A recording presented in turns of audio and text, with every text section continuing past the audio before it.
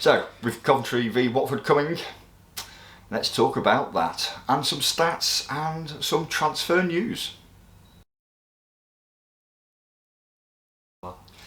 Greetings all, and yes, today we are now on week 5, which is flying by at the moment, and and we're going to get straight into the Cov v Watford stats and prediction, which I'll put my prediction down, but you haven't said yours yet, so I thought we'd leave it like this so we can see whether we're going to be the same. So yeah, let's just get straight in with these stats. So it's obviously 2nd of September, that's 3 PM kickoff at the CBS Arena.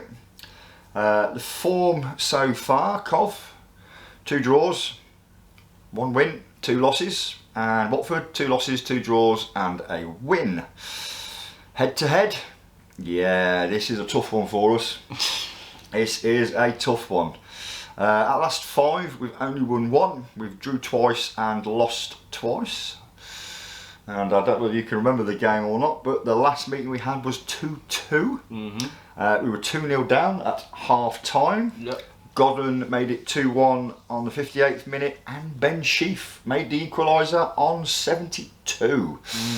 I think that was a game and a half, if I remember rightly. Definitely.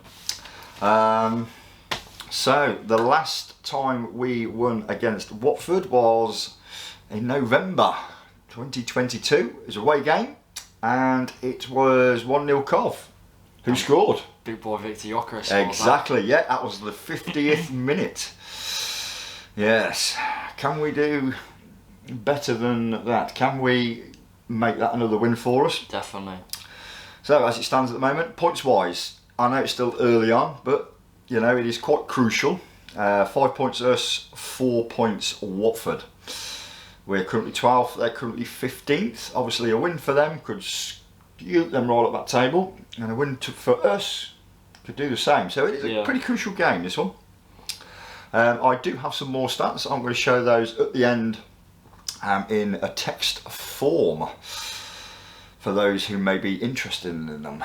You know, it could take too long to go over that one. Right, prediction. We'll talk about the prediction in a little while, but we do need to get on with transfer news because, yes, that dreaded time has come where the transfer window has closed. So now we can only rely on loanees, and I think it's free transfers as well. I'm not 100% sure on that one. Free agents. And free agents, so, yes. So, transfer deadline day has come, as you said. Now, I haven't found much, as I don't really have a piece of paper with me because I didn't find much information on the web. But however, I do have a few things we can talk about along the way. First of all, I would like to talk about one person who we were interested in alongside a few other clubs, which sadly he has decided not to come back and go to a different team. It's Jonathan Panzo. He has gone to the Welsh team, not the white side, but the blue side, Cardiff City, which is not overall I'm happy with, but it's his career. He can certainly do what he wants to do. Certainly, it's a shame. I think he was a good player. Definitely. Wasn't he injured for like some of it, or was he just like not played? I don't know. I don't think he was injured. I don't know, leave a comment below, was he injured or not? Let us know. No clue. But yeah, I'm gutted about this one, that we couldn't get him in just before deadline day closed, but good for him. It's a good side, but I think he deserves better, if I'm honest. He's a world-class player and deserves better than Cardiff. No offence, Cardiff fan. But you should have come to us. Yes, and another player that might be leaving in January is Jake Bidwell. He is linked with Birmingham at the moment and some other Championship clubs, but he's heavily linked with Birmingham because Birmingham were interested in him last season. So as we move on, I have not long got news for hopefully a Coventry City signing, even though deadline day is gone. but it probably might be a loan. Liam Kitching to Coventry City, here we go. Hopefully, here we go. Coventry City and Barnsley have both agreed for Liam Kitching to come to Coventry City. I think he's travelling down to Coventry now to do his medical, but the fee is still unknown. Okay. To this point, so hopefully by tomorrow or the next couple of days, he could potentially be a Coventry City player, which is good. We are also interested in John Swift from West Brom, but probably might get him till January. It's interested. It's a rumour.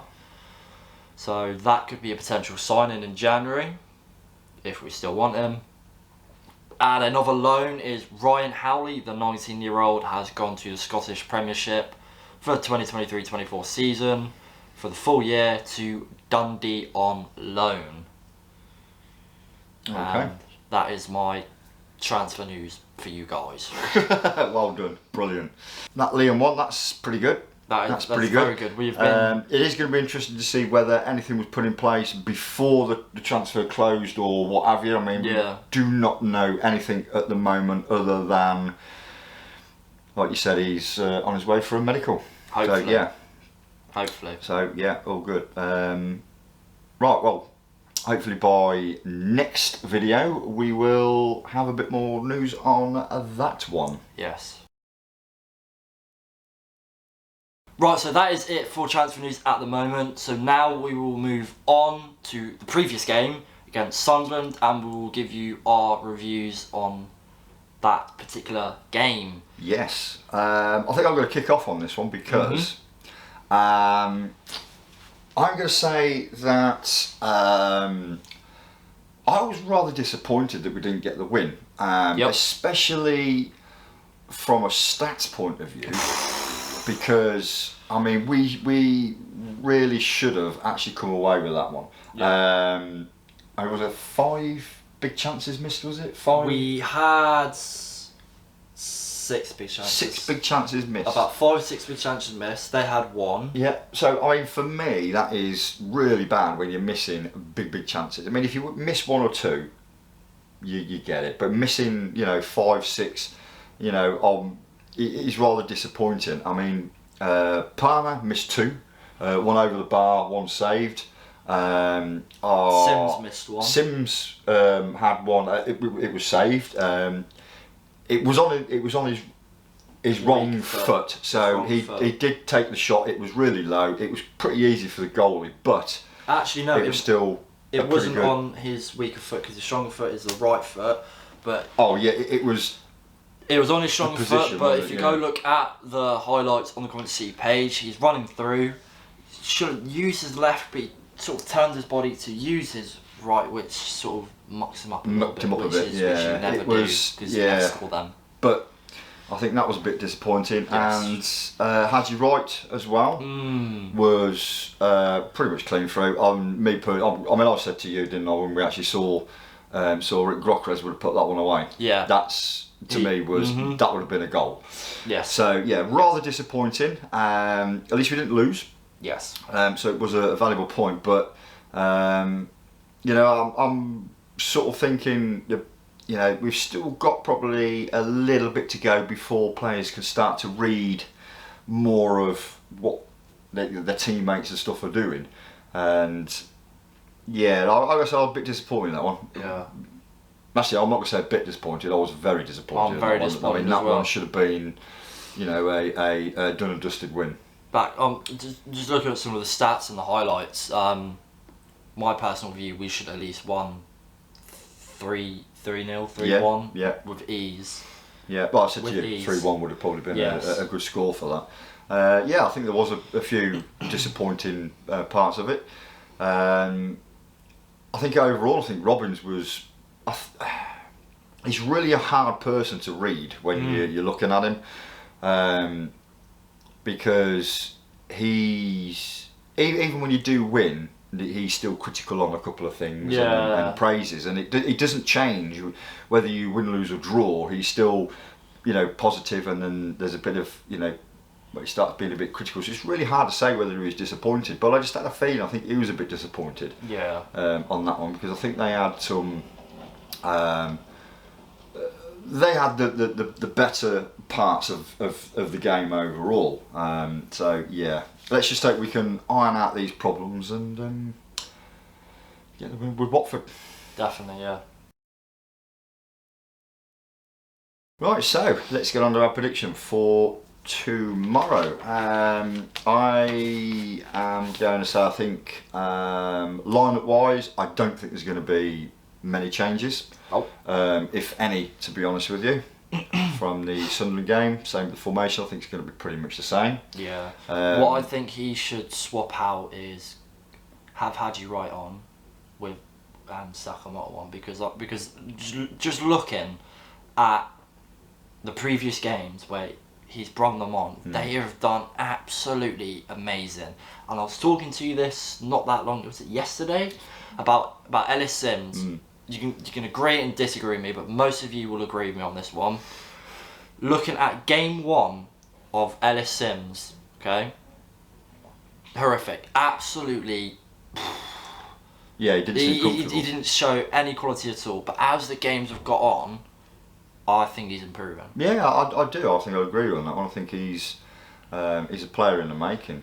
And I think a lot of this goes down to Mark Robins as well, because when you hear Mark Robins talking, and he said in an interview, I think it was either today or yesterday, this is today as in the day we've recorded, he was actually talking about players, and he was saying if we can't get the players that we're after and want, then we will train the players ourselves.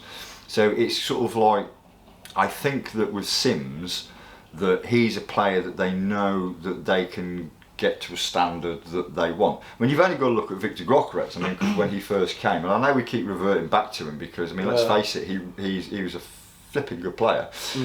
Is that when he came in, he wasn't to the standard where he was when he left. Yeah. By a long shot. A lot. So we've got the capabilities of training and getting the players to be how we want them to be. And I think we've proved that quite a few times. So I think Sims is going to be another one of them players where he's going to progress and progress and progress. And he's saying with Eccles, Eccles, I mean, I couldn't stand the guy at one point. I thought, what the hell are you still playing him for? But then now, when you look at him play, I love the guy. I think he's fantastic. He really is. He's come on leaps and bounds, and I think that just shows the dedication. Because I think this is what it needs. Dedication of the player, and then what the coaches and the rest of the Cov staff are capable of getting out of players. So yeah, well done, Eccles, because you come on leaps and bounds, mate, and keep going, because you're going to be one hell of a player. And if they can do the same sort of things with Sims, I think he's going to be another, maybe not probably Gyokeres, but I think he's probably going to be another decent player in years to come. In years to come. 100%, definitely. Yeah. It was a good chat. I swear we always have like the best conversations off camera. I know. We tend to sit here and we talk for absolute ages, and it's sort of like when we come to something, we'll talk about this, and it totally goes out of our head. But never mind. Yeah. Never mind. Right, let's stop chit chatting and let's do the predictions. Get on with the predictions. I see what you've got down. You have. I don't know whether you're going to agree with that or not, but I do. You do? I do. Oh, fantastic. There we go. Yes. I do. So, predictions. He's originally one that actually put it down here, but looking at it, I agree. We've both agreed on Coventry City 1, Watford 0. Yes. I can see that happening. It's going to be one hell of a tough game. There will be a tough one, but we're at home, so I can just see us edging that. Yeah. That win. Yeah. Just about. Yeah. So, yeah. Yeah. I'm even going to say, I reckon